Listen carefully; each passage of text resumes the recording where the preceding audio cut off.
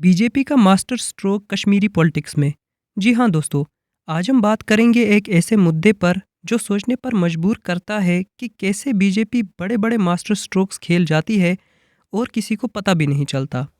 कश्मीर की सियासत को बीजेपी ऑलमोस्ट डिस्ट्रॉय कर चुकी है और किसी को इस बारे में खबर भी नहीं। नेशनल कॉन्फ्रेंस, पीडीपी, अवामी इत्तेहाद पार्टी और अपनी पार्टी जैसे बड़े सियासी दल बीजेपी के निशाने पर हैं। आपको ये वीडियो देखकर समझ में आएगा कि बीजेपी कैसे अपनी ताकत का गलत इस्तेमाल करके कश्मीर के पॉलिटिकल सिस्टम का मोए मोए कर रही है। अगर बीजेपी की ये रणनीति आपको जाननी है और कश्मीर की असल पॉलिटिकल सिचुएशन जाननी है तो वीडियो को पूरा ज़रूर देखें।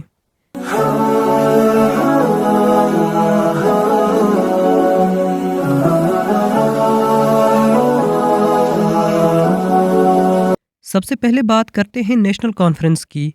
हाल ही में उड़ी सब डिवीज़न में एक छोटा मगर इम्पॉर्टेंट इंसिडेंट सामने आया।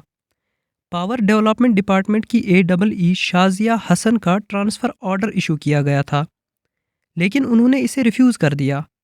एक गवर्नमेंट एम्प्लॉय का ट्रांसफ़र रिफ्यूज़ करना आम बात नहीं है दोस्तों। हाँ, अगर ऊपर से सपोर्ट मिले तो कुछ भी हो सकता है। इस AEE का लोकल लोगों के साथ काफ़ी बुरा बर्ताव रहा है और जब उसका ट्रांसफ़र भी रुक गया तो लोगों में काफ़ी गुस्सा आया, जिसकी वजह से एक प्रोटेस्ट भी देखने को मिला। ये सिचुएशन वहाँ के लोगों के बीच नाराज़गी का कारण बन गई है। लोग सोच रहे हैं कि MLA सजाद शफ़ी जो नेशनल कॉन्फ्रेंस से हैं वो कुछ नहीं कर पा रहे और इस सब की वजह से MLA साहब की इमेज काफ़ी ख़राब हो रही है। जब गवर्नमेंट एम्प्लॉयज़ को सेंट्रल सपोर्ट मिलता है और उनके अगेंस्ट कोई एक्शन भी नहीं होता तो लोग आमतौर लोकल MLAs को ही जिम्मेदार मानते हैं। ऐसे और भी कई इंसिडेंट्स कश्मीर के अलग अलग एरियाज़ में देखने को मिलते हैं जहां गवर्नमेंट एम्प्लॉयज़ को सपोर्ट करके लोकल पॉलिटिकल पार्टीज़ की इमेज को डैमेज कर रही है। नेशनल कॉन्फ्रेंस को भी ये समझ आ गया है कि बीजेपी उन्हें काम करने नहीं देगी और इसलिए वो बीजेपी की तारीफ़ें कर रहे हैं।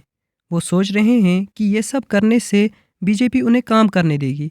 आज वजीर आजम साहब, आपने देखा होगा मौसम ने भी आपका साथ दिया, आसमान में एक बादल का तिनका नहीं। इस सब की वजह से नेशनल कॉन्फ्रेंस पार्टी में आइडियोलॉजिकल डिवीजन देखने को मिल रहा है और किसी भी वक्त नेशनल कॉन्फ्रेंस की सरकार कश्मीर में गिर भी सकती है। दोस्तों, ये था कि कैसे बीजेपी नेशनल कॉन्फ्रेंस को कमज़ोर कर रही है, लेकिन नेशनल कॉन्फ्रेंस ही नहीं, दूसरी पार्टीज़ का भी हाल बुरा ही है।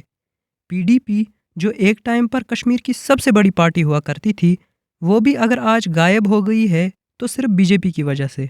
दरअसल PDP ने बीजेपी के साथ अलायंस करके आर्टिकल 370 को रिवोक करने में बीजेपी का काम आसान कर दिया था।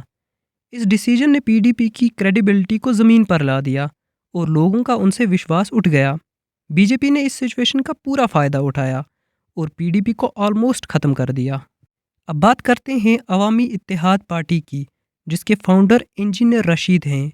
इंजीनियर रशीद को 2019 में NIA ने UAPA के तहत अरेस्ट कर लिया था और तब से वो तिहाड़ जेल में ही हैं। हालांकि 2024 के लोकसभा इलेक्शंस में उन्होंने बारामूला कॉन्स्टिट्यूंसी से इलेक्शन लड़ा और जीते, लेकिन अब भी जेल में ही हैं। रीसेंट रिपोर्ट्स के मुताबिक इंजीनियर रशीद ने हंगर स्ट्राइक शुरू की है क्योंकि उन्हें बजट सेशन में हिस्सा लेने की अनुमति नहीं दी गई। उनके सपोर्टर्स और AIP के मेंबर्स ने भी श्रीनगर में हंगर स्ट्राइक करने की कोशिश की, लेकिन पुलिस ने उन्हें डिटेन कर लिया। ये सब देखकर लगता है कि AIP अपने लीडर की गिरफ्तारी के बाद से कुछ खास कर नहीं पा रही। इंजीनियर रशीद का जेल में होना और पार्टी का कमज़ोर पड़ना एक और लोकल पार्टी को कमज़ोर कर रहा है। अब बात करते हैं अपनी पार्टी की, जिसके लीडर अल्ताफ़ बुखारी हैं। जब बाकी कश्मीरी पॉलिटिकल पार्टीज़ जैसे नेशनल कॉन्फ्रेंस, PDP और AIP को बीजेपी ने कमज़ोर कर दिया, तब अपनी पार्टी को कोई नुकसान नहीं पहुंचाया गया।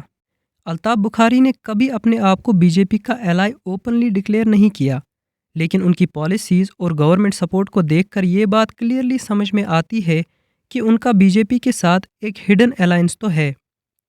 इस वजह से उन्हें किसी तरह का प्रेशर या पॉलिटिकल सेपरेशन फेस नहीं करना पड़ता, जबकि बाकी पार्टीज़ के अगेंस्ट हर तरह के एक्शंस लिए जा रहे हैं। ये बीजेपी की एक और स्ट्रेटजी है जिसमें वो अपने हिडन एलाइज को सपोर्ट करती है ताकि कश्मीर के असली पॉलिटिकल नैरेटिव को मैनिपुलेट किया जा सके और लोगों का विश्वास सिर्फ उनकी एफिलिएटेड पार्टीज़ पर ही बना रहे। अब हम बात करते हैं जम्मू और कश्मीर में सीट एलोकेशन के मुद्दे पर। 2022 में डिलिमिटेशन कमीशन ने अपनी फाइनल रिपोर्ट सबमिट की, जिसमें जम्मू रीजन के लिए 6 नई सीट्स बढ़ाई और कश्मीर के लिए सिर्फ 1 सीट बढ़ाई गई। इसके बाद जम्मू की सीट्स 37 से बढ़कर 43 हो गई, जबकि कश्मीर की सीट्स 46 से बढ़कर सिर्फ 47 हुई। यह फैसला तब आया जब 2011 की सेंसस के मुताबिक कश्मीर की आबादी जम्मू से ज़्यादा है। जम्मू की पॉपुलेशन लगभग 53 लाख है, जो कुल आबादी का 43% है, जबकि कश्मीर की पॉपुलेशन 68 लाख है, जो 56% है। इस डिसप्रपोर्शनेट सीट एलोकेशन से हिंदू वोट बैंक को मजबूत करने की कोशिश की गई, जिससे बीजेपी को इलेक्टोरल एडवांटेज मिल सके।